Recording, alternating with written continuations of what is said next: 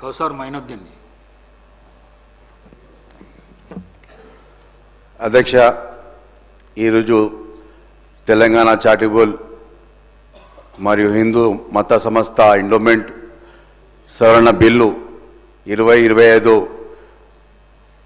మాట్లాడే నాకు అవకాశం ఇచ్చిన మీకు మా పార్టీ ఫ్లోర్ లీడర్ గారికి ధన్యవాదాలు.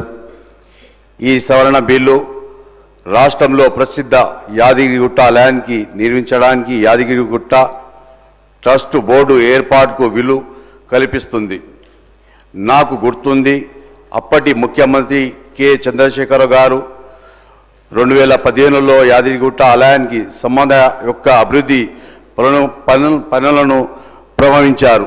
చరిత్రక యాదగిరిగుట్ట ఆలయ సముదాయాన్ని సరివరాల అభివృద్ధి క్రమబద్ధమైన వృద్ధి ప్రోత్సాహం కోసం యాదగిరిగుట్ట ఆలయ అభివృద్ధికి అథారిటీ 2015లో ఫిబ్రవరిలో ఏర్పాటు చేసింది.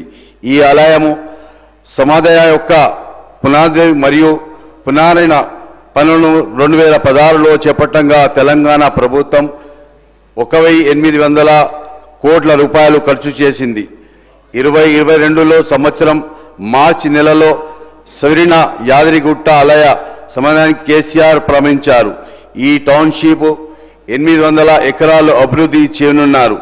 యాదగిరిగుట్ట దేవస్థానం ఆర్థిక ఆదాయము 2023-24 ఆర్థిక సంవత్సరం ఆదాయము 224 కోట్ల రూపాయలు. ప్రతిరోజు యాదగిరిగుట్ట భక్తులు 50,000 మంది జనాలు అక్కడికి ఆలయానికి సంబంధిస్తారు. అధ్యక్ష, 7వ నిజాం మీర్ ఉస్మాన్ అలీ ఖాన్ ఆలయంలో అప్పటి 82,825 రూపాయలు ఆలయానికి ఇచ్చారు. అధ్యక్ష, ఫిబ్రవరి 2023లో దివంగత ముకరంజా భార్య నిజాం కుటుంబ యువరాణి ఇస్రా తరపున ఆలయానికి 8 లక్షల రూపాయలు విలువైన ఆభరణాలు బహుమతిగా ఇచ్చారు. ఈ సవరణ బిల్లుకు మా ఎంఐఎం పార్టీ తరపున పూర్తి మద్దతు ఉంటుందని తెలుపుతున్నాను. Shri Kunamneni Sambasiva Rao. Thank you sir.